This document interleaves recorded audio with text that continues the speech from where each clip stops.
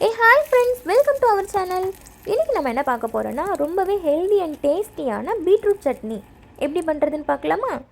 இதுக்கு தேவையான பொருட்கள் பார்த்திங்கன்னா இவ்வளோ தாங்க. இந்த பொருட்கள் மட்டும் நம்ம வீட்டில் இருந்துச்சுன்னா ரொம்ப ரொம்ப சுலபமாக சட்டுன்னு ரெடி பண்ணிடலாங்க.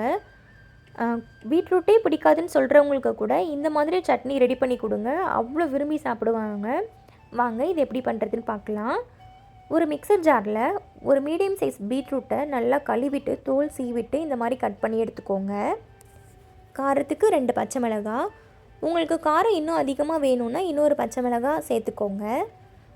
கொஞ்சமாக தேங்காய் துருவல், ஒரு கைப்பிடி அளவுக்கு கொத்தமல்லி இலை, ஒரு கைப்பிடி அளவுக்கு புதினா இலை, 1/2 டீஸ்பூன் சீரகம், 1/4 டீஸ்பூன் உப்பு, ஒரு பாதி எலுமிச்சப்பழத்தோடைய சாறையும் நல்லா புழிஞ்சு எடுத்துக்கோங்க.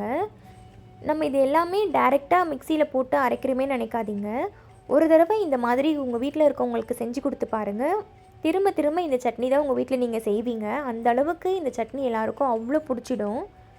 இதில் கொஞ்சமாக தண்ணி சேர்த்து மிக்சர் ஜாரோடைய மூடியை போட்டு க்ளோஸ் பண்ணிவிட்டு நல்லா அரைச்சி எடுத்துக்கோங்க. பாருங்கள், இந்த மாதிரி பார்த்திங்களா, இந்த மாதிரி அரைச்சி எடுத்துக்கோங்க. இப்போ இதை ஒரு பவுலுக்கு மாற்றிடுங்க. அவ்வளோதாங்க நம்ம சட்னி. இது அப்படியே சாப்பிடவும் ரொம்ப நல்லாயிருக்கும். ஆனால் இதுக்கு ஒரு தாளிப்பு கொடுத்துட்டிங்கன்னா இன்னும் டேஸ்ட்டு சூப்பராக அதிகமாகிடும். சிம்பிளாக ஒரு தாளிப்பு, உளுந்து, கடுகு, காஞ்ச மிளகாய், கருவேப்பிலை போட்டு தாளிச்சிக்கோங்க. அவ்வளோதாங்க நம்ம சட்னி சூப்பராக ரெடி ஆகிடுச்சு. இது இட்லி தோசைக்கு மட்டும் இல்லைங்க, ரைஸோடவும் சப்பாத்தியோடவும் எல்லாத்துக்குமே இது சூப்பராக காம்பினேஷன் சூப்பராக இருக்கும். இந்த வீடியோ பிடிச்சிருந்துச்சுன்னா லைக் பண்ணுங்கள், ஷேர் பண்ணுங்கள், கமெண்ட் பண்ணுங்கள், மறக்காமல் சப்ஸ்கிரைப் பண்ணுங்கள். தேங்க்யூ ஃபார் வாட்சிங்.